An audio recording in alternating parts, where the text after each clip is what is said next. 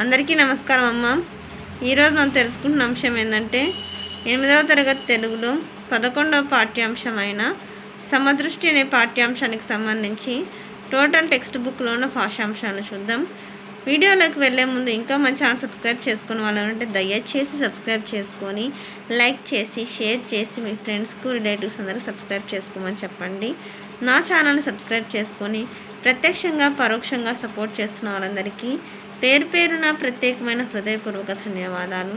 ఇంకా ఆలస్యం చేయకుండా వీడియోలోకి వెళ్ళిపోదాం.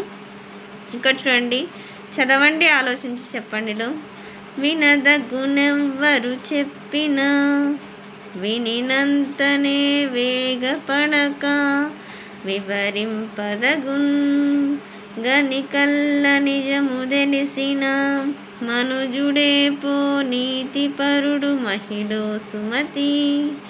వద్దన ఎవరు చెప్పినా ఏం చేయాలి? వినాలి.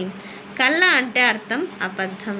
నీతిపరుడు అంటే ఎవరంటే ఎటువంటి పరిస్థితుల్లో కూడా నిజాయితీకి నీతికి కట్టుబడి ఉంటాడే వాడే నీతిపరుడు. ఇది ఏ పాఠ్యాంశానికి సంబంధించిన ఉద్దేశం. ఈ సమదృష్టి అనే పాఠ్యాంశాన్ని రచించిన రచయిత పేరు పైడి తేజేష్ బాబు గారు. ఇది అనగారికి సంబంధించిన కవి పరిచయం. ఈ పాఠ్యాంశంలో మనకు వినండి, ఆలోచించి చెప్పండిలో ఇక్కడ చూడండి మా అవగాహన ప్రతిస్పందన కదా. దీనికి సంబంధించిన క్వశ్చన్స్ ఇవి. కంటి చూపు అంటే మన దృష్టిని కంటి చూపు అంటారు.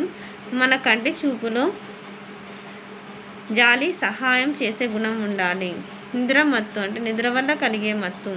ఇది జాడ్యానికి అక్కరకు రానిది, మేలుకోవాలి. ఇది స్క్రీన్ షాట్ తీసుకున్నాను. ఎక్స్ప్లెయిన్ చేసుకుంటూ పోతే వీడియోలో ఎంతో. క్రింది గద్యాన్ని చదివి ప్రశ్నలను తయారు చేయండి అని ఇచ్చినారు. ఇక్కడ పేరాగ్రాఫ్ చదువుతాం. నగేష్ బాబు కవిత్వం చదువుతుంటే ఎలా ఉంటుంది? తాతల నాయనమ్మల కష్టాల బ్రతుకును ఎలా వినవచ్చు? పాటలు పాడే తలను వేడితో చూడవచ్చు. నగేష్ బాబు కవితా సంపుటిలో ఒకదాని పేరు రాయండి. తర్వాత క్రింది గద్యాన్ని చదివి 4 ముఖ్యమైన వాక్యాలను రాయండి. ముఖ్యమైన వాక్యాలు రాయాలి, అర్థమవుతుందా? జిల్లేళ్ల మూడి అమ్మవారు అన్నపూర్ణాలయం ఎప్పుడు ప్రారంభించారు? అన్ని బాధల కన్నా ఏ బాధ ఎక్కువ అనేవారు? అన్నంతో పాటు అందరికీ బట్టలను ఎవరిచ్చారు? ప్రతి విద్యార్థికి ఉచిత వసతి భోజనం ఎవరు ఏర్పాటు చేశారు? వ్యక్తీకరణ సృజనాత్మకతకు సంబంధించిన ప్రశ్నలకు సమాధానాలు. ఇంతకుముందే మన ఛానల్లో నోట్స్ అప్లోడ్ చేసినానమ్మా. ఇంకా మన ఛానల్ సబ్స్క్రైబ్ చేసుకొని వాళ్ళు ఏమంటే దయచేసి సబ్స్క్రైబ్ చేసుకొని లైక్ చేసి షేర్ చేసి మీ ఫ్రెండ్స్కు రిలేటివ్స్ అందరికీ దీనికి సంబంధించిన సమాధానాలు కావాలని మన ఛానల్ సబ్స్క్రైబ్ చేసుకోండి అమ్మా. దయచేసి సబ్స్క్రైబ్ చేసుకుని వాళ్ళని దయచేసి సబ్స్క్రైబ్ చేసుకొని లైక్ చేసి షేర్ చేసి మీ ఫ్రెండ్స్కు రిలేటివ్స్ అందరికీ సబ్స్క్రైబ్ చేసుకోమని చెప్పండి అమ్మా. భాషాంశాలు పదజాలంలో క్రింది వాక్యాలలో గీత గీసిన పదాలకు సరైన అర్థాలను రాసి వాటితో సొంత వాక్యాలను రాయండి. తల్లి స్పర్శ అంటే తల్లి తాకడం, అమ్మ తాకుట బిడ్డను ఎంతో అనుభూతి పొందుతూ ఉంటుంది. చెరుపు అంటే చేతి హనుమంతునికి చెరుపుతూ ఏనుగులు కూడా బాయనిస్తాయి. భవిష్యత్తు కష్టపడితే చదువు బాగా వస్తుంది. ఎదురీత అంటే ఎదిరించి పోరాటం, కష్టాలను ఎదిరించి పోరాడాలి. క్రింది వాక్యాలలో గీత గీసిన పదాలకు నానా అర్థాలను రాయండి. అందాలు అంటే సొగసులు సోయగాలు.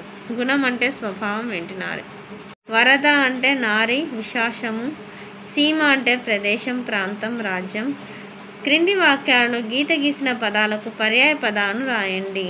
చెట్లు అంటే తరువులు వృక్షాలు. రైతులు అంటే కర్షకులు వ్యవసాయదారులు. నది అంటే ఆపగా ఏరు.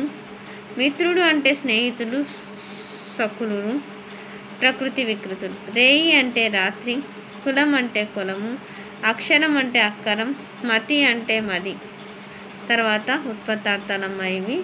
క్రింది పదాలకు ఉత్పత్తార్థాలను రాయండి. భాస్కరుడు అంటే కాంతిని కలగజేయవాడు. శారద అంటే షరత్తునందు పుట్టినది. విద్యార్థి అంటే విద్యను అర్థించేవాడు. క్షేత్రం అంటే దైవం వెలిసిన ప్రదేశం. క్రింది పదాలకు అర్థాలను పట్టికలోని సరైన అక్షరాలతో కూర్చి రాయండి. స్నేహితుడు అంటే మిత్రుడు. తాటాకు అంటే స్పర్శ, క్షయం కానిదంటే క్షయం కానిది అక్షరం, రాత్రి అంటే రేయి, సాధన అంటే ప్రయత్నం అంటే వ్యవసాయం. వ్యాకరణాంశాలు: మచ్చొకటి అంటే మచ్చ ప్లస్ ఒకటి ఉత్వసంధి, గొంతొకటి గొంతు ప్లస్ ఒకటి ఉత్వసంధి, మబ్బొకటి మబ్బు ప్లస్ ఒకటి ఉత్వసంధి, చెట్టొకటి చెట్టు ప్లస్ ఒకటి ఉత్వసంధి. తర్వాత క్రింది పదాలను విడదీసి సంధి ఏమిటో తెలపండి. దివ్యౌషధం దివ్య ప్లస్ ఔషధం, ఏకైక ఏక ప్లస్ ఏక ఆమ్రేడితం, సురైక సురా ప్లస్ ఏక వృద్ధి సంధి, అష్టైశ్వర్యాలు అష్ట ప్లస్ ఐశ్వర్యాలు వృద్ధి సంధి. క్రింది పదాలకు విగ్రహ వాక్యాలను రాసి సమాసం పేర్లు రాయండి. చినుకు స్పర్శ, చినుకు యొక్క స్పర్శ షష్ఠీ తత్పురుష సమాసం. రేయి పగలు, రేయును కమ పగలును ద్వంద్వ సమాసం. తర్వాత అక్షరం, క్షరం కాని తత్పురుష సమాసం. తర్వాత నల్ల మేఘం, నల్లనైన మేఘం విశేషణ పూర్వపద కర్మధారయ సమాసం. క్రింది సామాన్య వాక్యాలను సంక్లిష్ట వాక్యాలుగా మార్చి రాయండి. వర్షం నేలను తాకి పంటలకు ప్రాణం పోసింది. విద్య అజ్ఞానాన్ని తొలగించి విజ్ఞానాన్ని ఇస్తుంది. విద్యార్థులు నిరంతరం శ్రమించి ఉత్తీర్ణులయ్యారు. ప్రజలందరూ సమానత్వం పాటించి శాంతిని స్థాపించాలి. తర్వాత క్రిందన